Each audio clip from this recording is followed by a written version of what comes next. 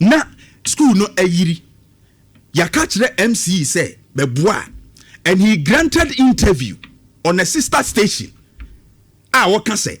They should sleep in this till September. Hey, they should just be just say otin sembidia na abufu yewura Amo Kamel MC for Asokwa se unua ba ne umba ne wo fasifuo bi na ewo area ha. You will tell them to sleep in this state up to your friend is saying September. Your June. Our one a goose you ama me call her no makunwo or makunwo ni bikra or my ye. And I'm a coach baby or Modiakoto. Mina menam hono. Ubet me about Facebook. Menanti mua ko baby I would call boss to phone hono. Baby and suno eya e kofano.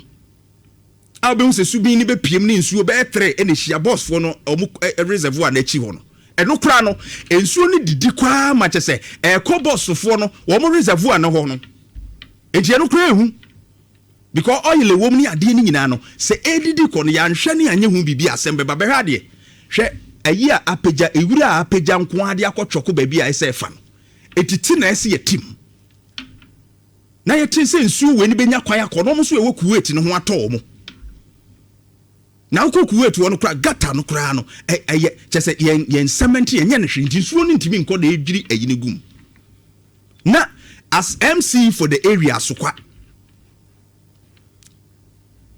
unkrofo atimi ede asem ato anim a media station afrew omuni wakasa. You seem not to care about anything, and now KNUST emfa hu KNUST enya wule mukremfa ho ba Dr. Frank Amwako udi nechi se de wukura ne bag na anu na kopie KNUST e hokura nya wuju reddition, but you went there.